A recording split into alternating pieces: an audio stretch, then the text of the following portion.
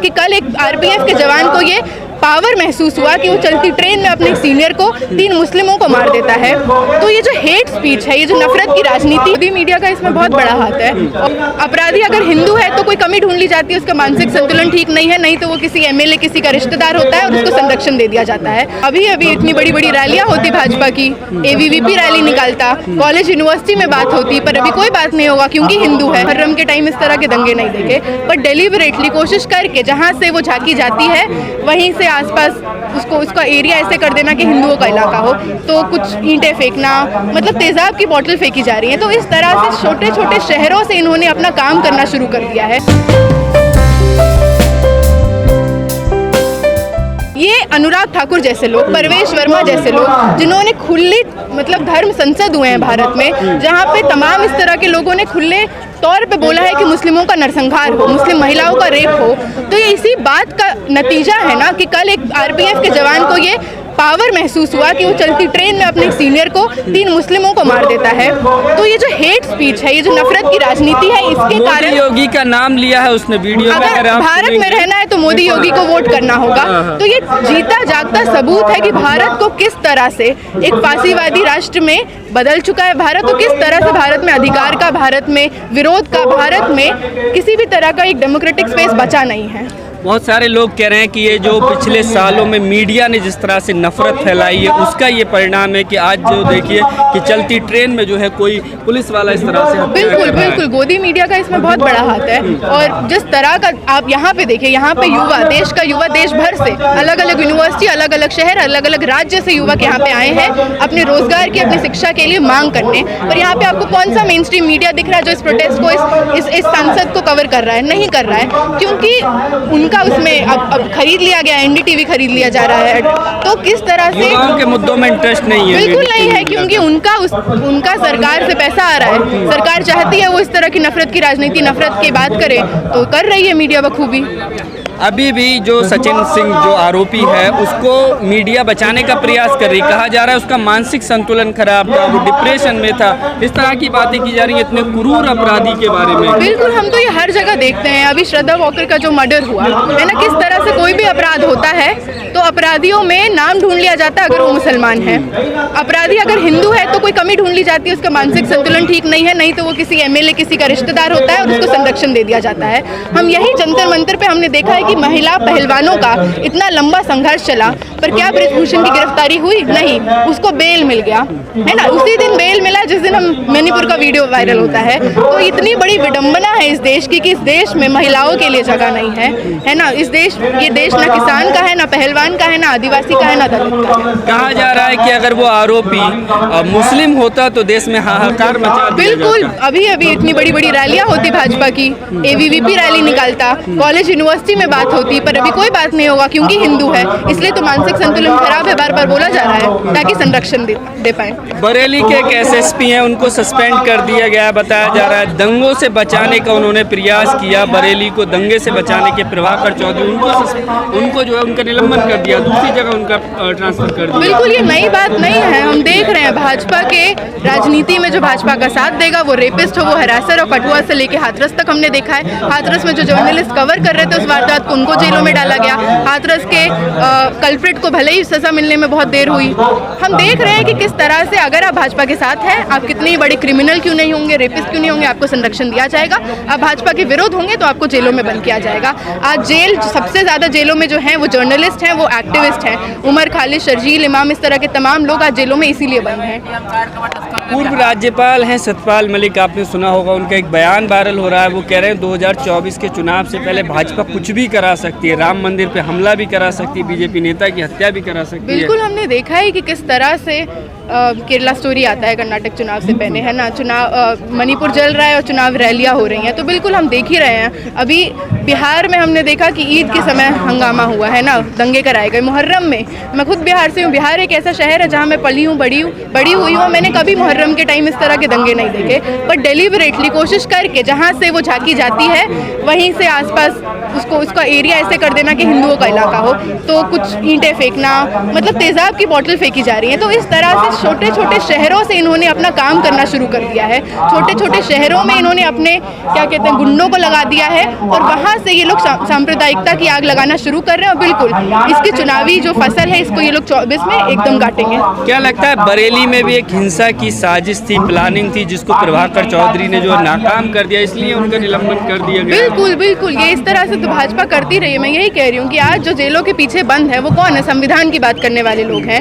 वो लोग आपसी भाईचारा की बात करने वाले लोग हैं, भारत का जो सेक्युलर रिपब्लिक आइडिया है उसकी बात करने वाले लोग हैं। इसलिए वो लोग जेलों में बंद हैं, इसलिए लोगों का तबादला हो रहा है, इसलिए लोगों को अपनी नौकरी खोनी पड़ रही है और इसलिए भी एक बड़ी जनता कुछ बोलने से डरती है।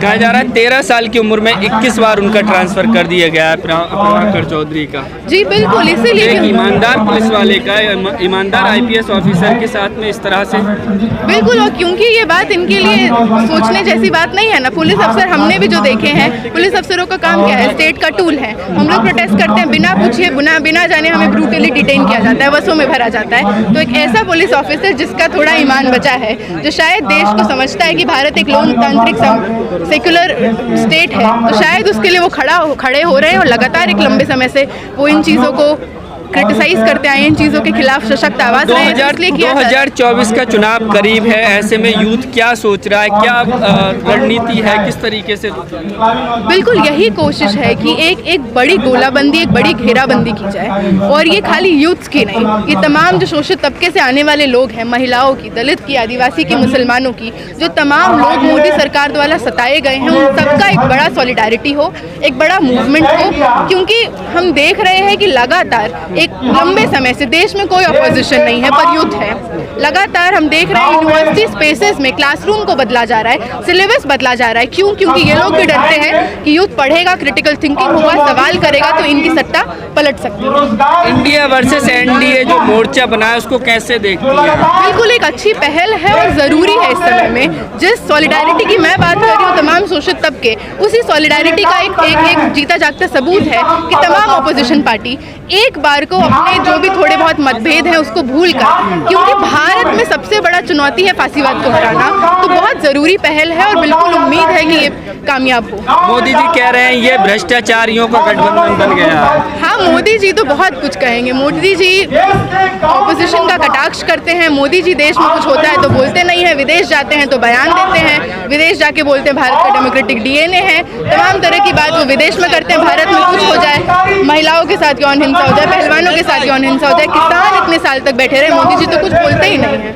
मन की बात करते तो हर महीना तो इतना बोलते हैं, वो भी एक तरह का हैं। प्रोपेगेंडा है। जिस तरह की बात होगी, आप कितने बजे उठते हैं, आप कितनी कसरत करते हैं, आप कैसे सोते हैं, और वो किससे बात कर रहे हैं। अभी दिल्ली विश्वविद्यालय में मोदी जी आए थे और आने से पहले मैं और मेरे साथी हमें हमारे कमरे में बंद कर दिया गया था, क्योंकि ताकि हम किसी तरह का उत्पाद ना मचाए। अगर दिल्ली यूनिवर्सिटी में नरेंद्र मोदी स्टूडेंट्स से मिलने आ रहे हैं तो स्टूडेंट्स को बंद क्यों किया जा रहा है? क्योंकि ये एक तरह के स्टूडेंट है, वो स्टूडेंट जो सवाल करेंगे। तो नरेंद्र मोदी से बड़ा डरपोक प्रधानमंत्री आज तक नहीं देखा। वो कहते हैं ये कुछ आंदोलन जीवी है जिन्हें हमेशा जो है विरोध करना है। आंदोलन जीवी होना एक गर्व की बात है। भारत को आज़ादी आंदोलन जीवियों ने दिलाई, तो मुझे कोई शर्म नहीं है अगर हम लोगों को आंदोलन जीवी का टैग लगाया जाए। नरेंद्र मोदी को, मतलब ये लोग वो लोग हैं जो सावरकर को पूछते हैं, वैसे लोग जो आंदोलन जीवी नहीं थे, जो माफ़ीनामा लिखते थे। तो इनका लेगेसी, इनका हिस्ट्री ही इस चीज़ का है कि आंदोलन, आज़ादी के आंदोलन के खिलाफ भी इनके लीडर्स रहे हैं।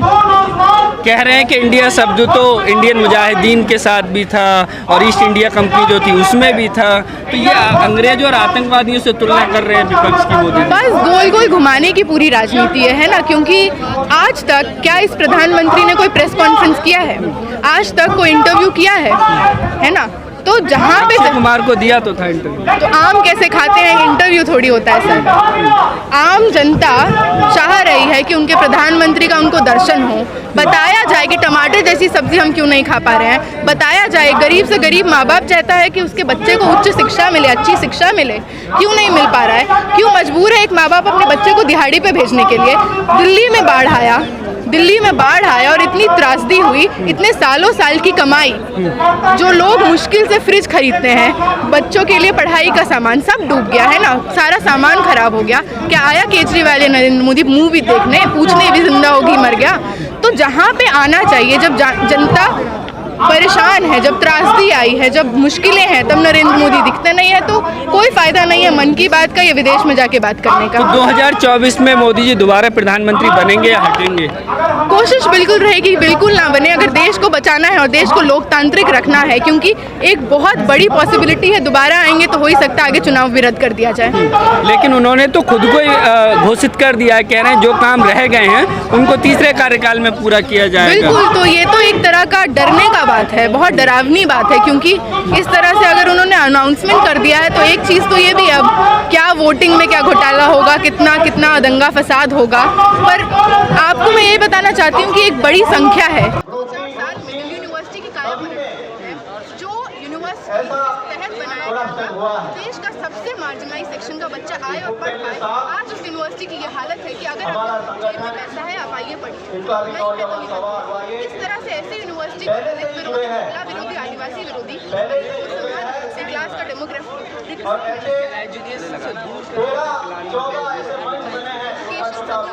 प्लानिंग है। लगातार ये वारदात चाहे वो अलग अलग फिल्मों के माध्यम से हो, कल्चर के माध्यम से हो, जनता का की बात RPF के जवान उसने 4 लोगों को यही हकीकत है। असली मुद्दों पे बात, रोजगार, शिक्षा, अधिकार पे बात, तो इतना नफरत भर दीजिए लोगों में।